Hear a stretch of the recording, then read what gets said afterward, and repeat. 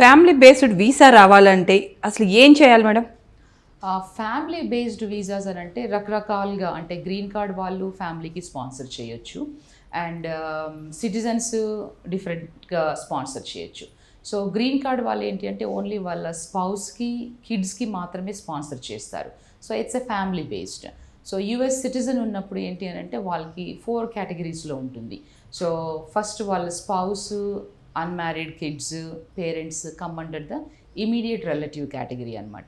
Immediate relative అంటే ఇమీడియట్గా వాళ్ళకంటే they don't have to wait in the line to have the visa numbers to be available.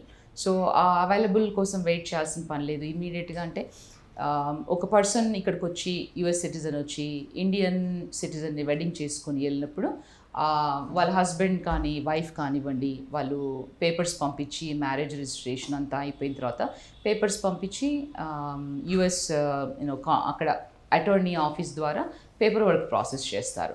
Process చేసిన తర్వాత అంటే step వైజ్గా ఉంటుంది. ఇన్సైడ్ ద యునైటెడ్ స్టేట్స్ ఉంటే డిఫరెంట్ ప్రాసెస్ ఉంటుంది, out side the United states ఉంటే డిఫరెంట్ ప్రాసెస్ ఉంటుంది. So inside ఉంటేనేమో ఎవ్రీథింగ్ అంటే ఇమిగ్రెంట్ వీసా అని ఒకటి అంటాము, అడ్జస్ట్మెంట్ ఆఫ్ స్టేటస్ అంటాం, అంటే అది గ్రీన్ కార్డ్ కోసం ఫైల్ చేస్తారు. అదంతా ఒకేసారి కలిపి ఫైల్ చేస్తూ ఉంటారు. లేదు అవుట్ సైడ్ ద కంట్రీలో అంటే యునైటెడ్ స్టేట్స్ బయట ఉన్నప్పుడు ఏంటి అని అంటే ఫస్ట్ స్టెప్ ఒకటి చేస్తారు.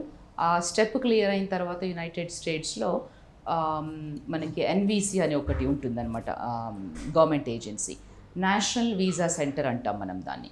సో యుఎస్సిఐఎస్లో అప్లికేషన్ పెట్టి అది అప్రూవ్ అయిన తర్వాత మనకి నేషనల్ వీసా సెంటర్కి రావడము, నేషనల్ వీసా సెంటర్ నుంచి మనకి ఇక్కడికి ఏ కాన్సులేట్ అయితే వాళ్ళు అనుకున్నారో ఆ కాన్సులేట్కి పంపించడం పేపర్ వర్క్ అంతా.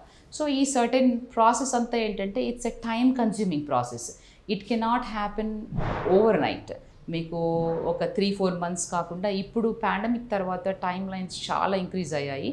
అట్లీస్ట్ నా అండర్స్టాండింగ్ని బట్టి, నా ప్రాక్టీస్ ఏరియాని బట్టి what I can tell it's taking at least 18+ months పడుతుంది మనకి హోల్ ప్రాసెస్కి.